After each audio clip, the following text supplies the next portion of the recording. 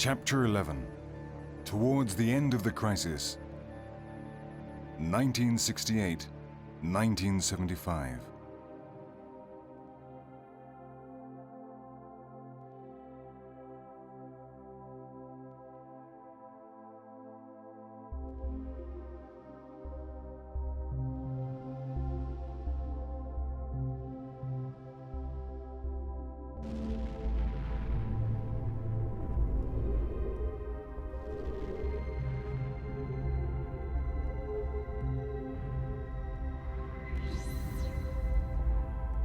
On June the 21st, 1968, Neil Armstrong, commander of Apollo 11, and Edwin Aldrin, piloting the lunar module Eagle, touched down on the Sea of Tranquility on the Moon, whilst Michael Collins stayed in the ship. Like Armstrong has said, setting foot on the Moon was one small step for man and a giant step for mankind.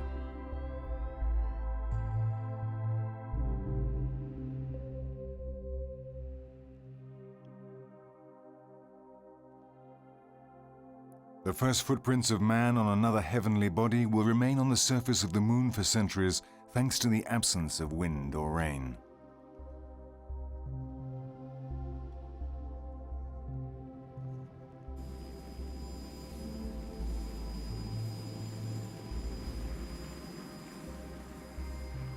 On their return to Earth, the three astronauts were given a hero's welcome.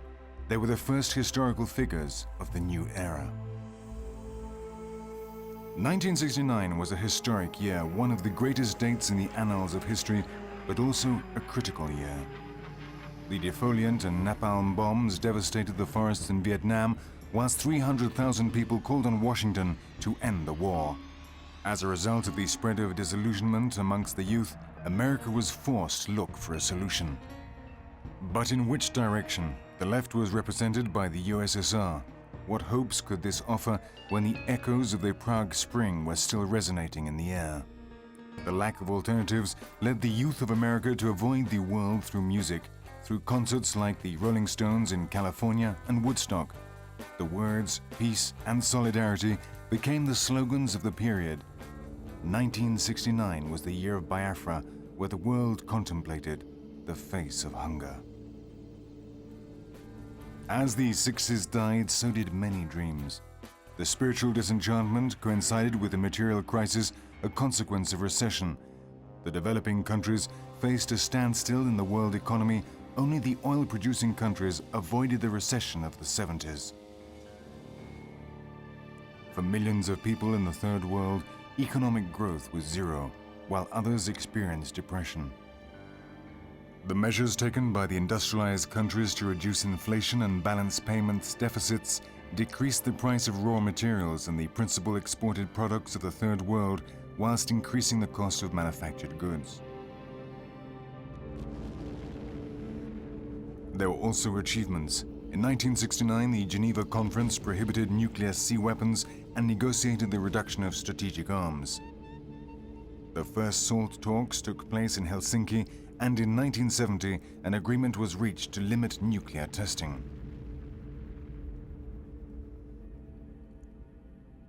In January 1972, the European Community expanded to include 10 countries, although Norway decided against integration at the last minute, and the community of 9 European countries took shape.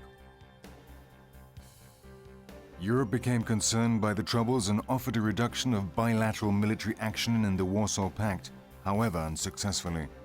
The tension exploded for NATO when Turkey and Greece entered into conflict in Cyprus.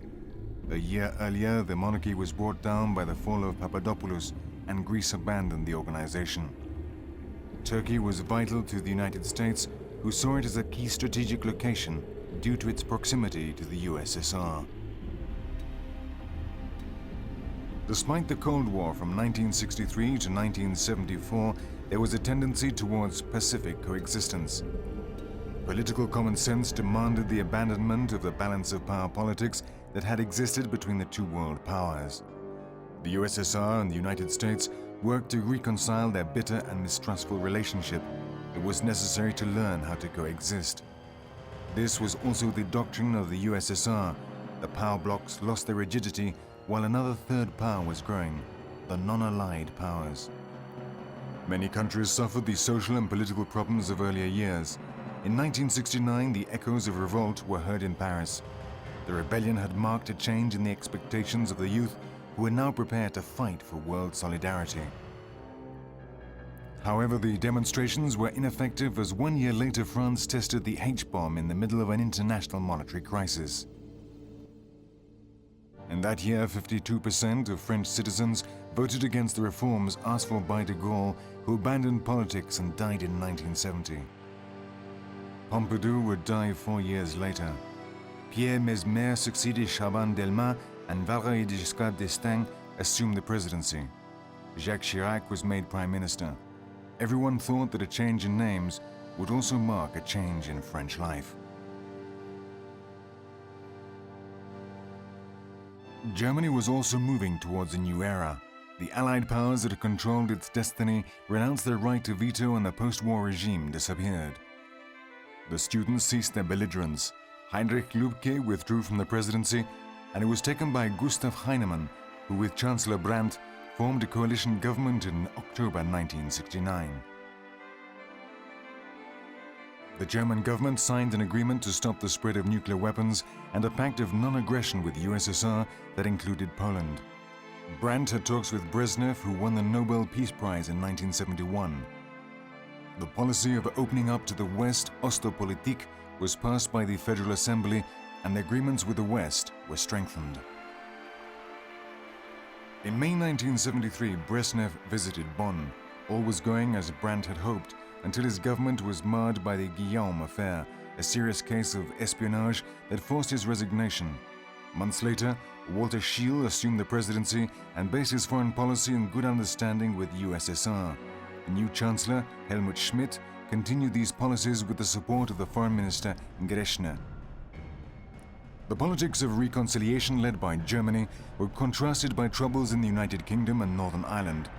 In 1969, violence exploded in Londonderry. In reaction to a civil war situation, London sent troops only for the situation to deteriorate as troops fired on the civilian population.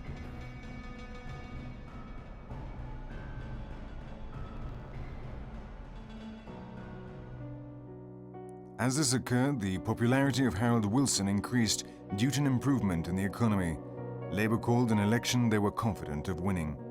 However, the electorate did not forget the policy of austerity, the loss of prestige, and reduced quotas of immigrants from the Commonwealth, and in 1970 the Conservatives formed the new government.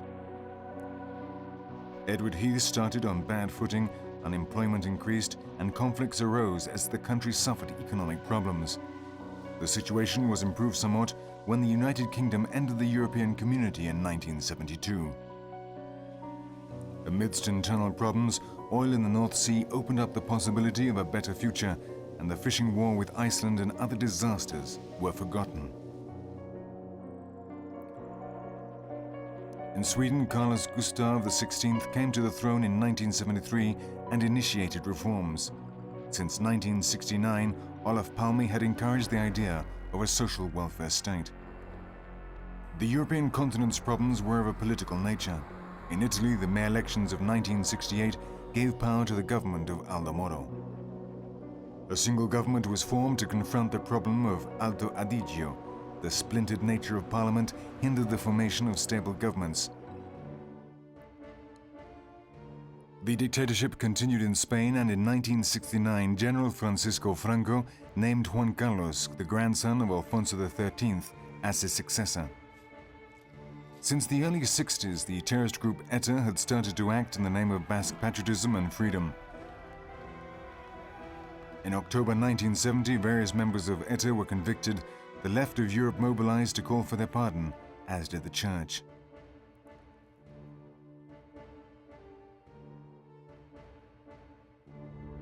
Cardinal Tarancon pushed for more openness in wake of the assassination of President Carrero Blanco, and Arias Navarro agreed. Franco died on November 20th, 1975, and 2 days later, Juan Carlos I was proclaimed king. 1 year earlier, the dictatorship of Marcelo Caetano in Portugal had fallen.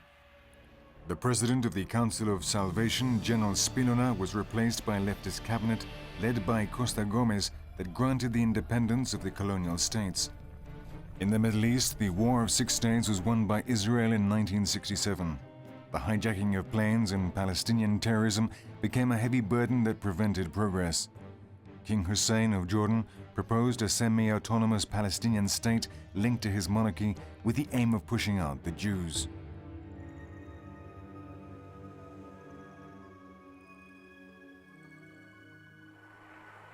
Golda Meir came to power after the death of Levi Eshkol in 1969. In 1973, Golda Meir would have to confront the most difficult situation in the history of the young state. The Fourth Arab-Israeli War coincided with an oil crisis and cutbacks in production. The attack took place on October the 6th, Yom Kippur, a sacred day in the Jewish calendar. 5,000 Syrian and Egyptian tanks invaded Israel. When the fighting stopped on October the 25th, the Israeli troops were 30 kilometers from Damascus and 50 from Cairo. The failure was a cold shock for Anwar Sadat, who had been the Egyptian president since 1970 after the death of Nasser. He had been brought down by the pressure of the military situation. The Arab world was in tension. In Libya, Idris I fell from power during the coup by Muammar Gaddafi in 1969. The mosaic of African countries was not a uniform bloc. The decolonization process had been carried out without thinking about the ethnic reality. The black population and white populations were equally diverse, and the self-interested short-sightedness of the West did not wish to recognize this. Somalia granted port and airport rights to the USSR in the same year. Meanwhile, in Dahomey, the official doctrine became Marxist-Leninist. The country became the Popular Republic of Benin. In Central Africa, Bokassa was proclaimed supreme president and later crowned emperor. In Congo-Brazzaville, a coup d'etat from the left made Mugabe president of the Popular Republic of the Congo. The other Congo changed its name in 1971 to Zaire under the presidency of Mobutu. Mobutu was a sinister character, but for the West he had certain virtues. He wasn't communist and restricted the attempts of the USSR to change the black continent into a red one. In 1968, President Lyndon B. Johnson did not stand for re-election. Hubert H. Humphrey took his place, but lost to Richard Nixon. This was the year of the Tet Offense in Vietnam. The Viet Cong occupied cities in the south, such as the capital Hue, and fought for Saigon.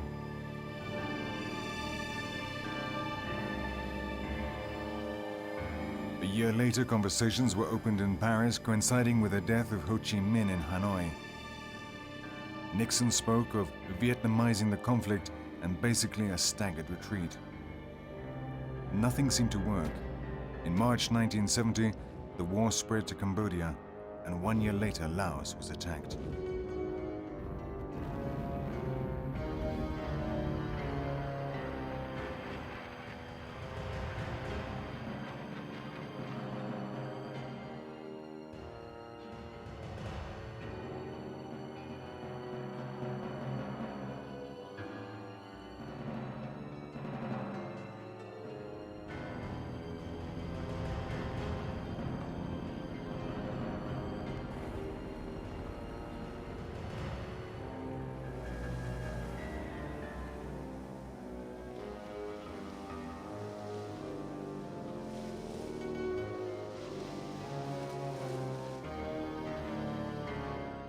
Nixon politically focused on Asia and entered into what was known as ping-pong diplomacy. In 1972, Henry Kissinger prepared Nixon's visit to Peking. In this year, SALT, Strategic Arms Limitation Agreements, were signed in Moscow to limit the use of nuclear arms, originally set up in Helsinki and Vienna years before. Nixon needed achievements for his re-election campaign in 1972. After the elections, there was a gigantic offensive in the north that was contained by the US Air Force. In 1973, a ceasefire under international supervision was signed by Nixon. In 1974, the peace talks took place. The unification of Vietnam was recognized and foreign troops withdrew from Laos and Cambodia, and it was agreed that elections would take place in the south. On April 30th, 1975, they gave up Saigon. The 30 years of war were left behind. By this time, many things had happened. In June 1972, the police had surprised 5 intruders in the Democratic candidate offices in Watergate. One of the prowlers was an assistant to Nixon. The Washington Post journalists continued their investigation, and it ended in 1974 with the resignation of the president. Vice President Spiro Agnew had been previously forced to do the same.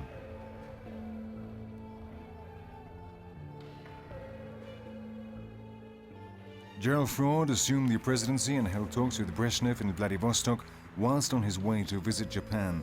Both leaders made a joint declaration about the limitation of strategic arms. Ford sought for 2 things: to control inflation and to achieve a favorable climate for peace.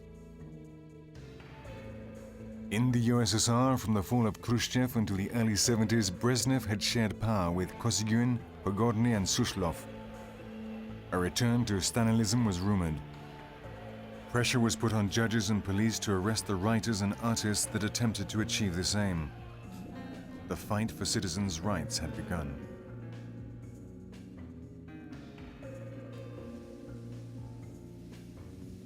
The USSR strengthened their presence in the Mediterranean.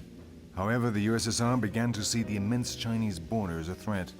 The international relations with the Great Yellow Power were not good.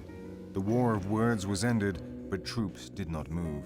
Incidents on the Usri River and the border with the Xinjiang became more frequent.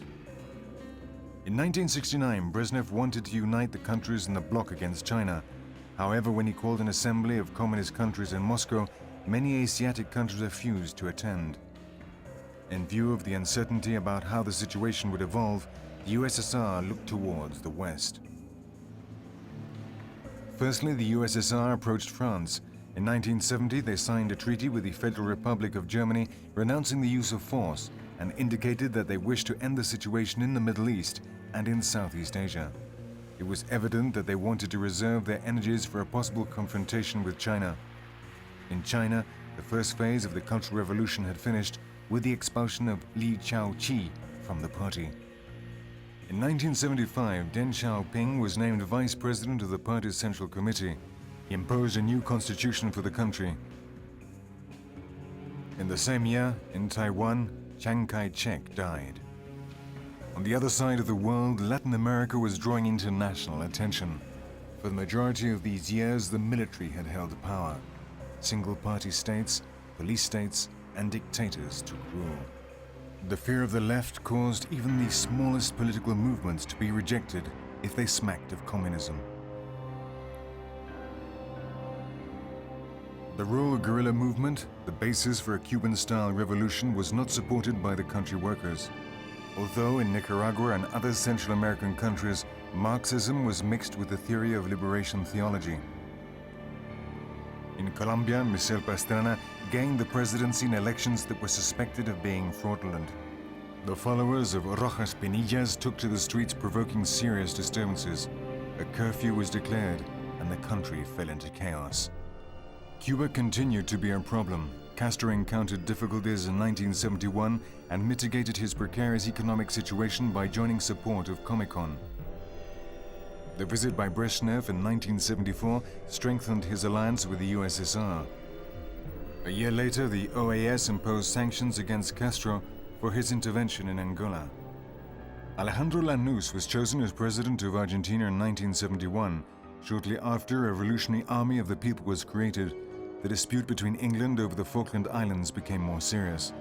The return of Perón in 1973 was short-lived.